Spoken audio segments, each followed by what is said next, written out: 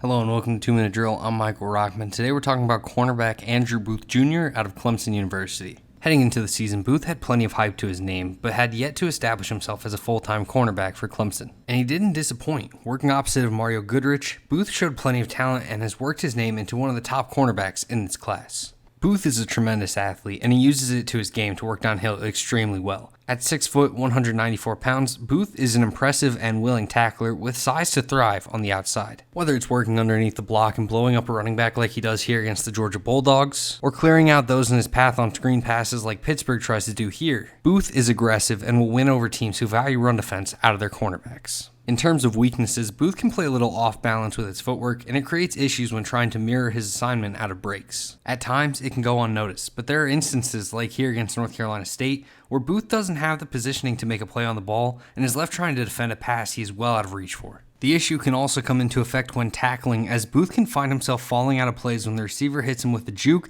if he isn't balanced in his lower body. For a pro comparison, Booth reminds me of Carlos Rogers, a former first-round pick and 10-year veteran in the NFL. Rogers had a similar build with the same foot speed and aggressiveness that makes Andrew Booth stand out as a prospect. In his career, Rogers was able to nab a second-team All-Pro appearance and was a starter in the league for about 9 seasons. For Andrew Booth, I think that potential is certainly there, and he has the upside to potentially even accomplish more. In terms of scheme fit, Booth is likely best suited to be a zone cornerback. However, he has the athletic profile to contribute in man coverage, just probably the part of his game that will need more work at the NFL level. As far as draft range, Booth is expected to hear his name called somewhere in the first to second round. There are reported concerns regarding Andrew Booth's medicals that could call into question his long-term durability in the NFL, which may cause him to slide a bit on draft day compared to his expected value. Still, in a class that has plenty of talented cornerbacks, it's hard not to have your attention captured by the Clemson Tiger, and NFL teams will likely feel the same way. And that's the 2 Minute Drill.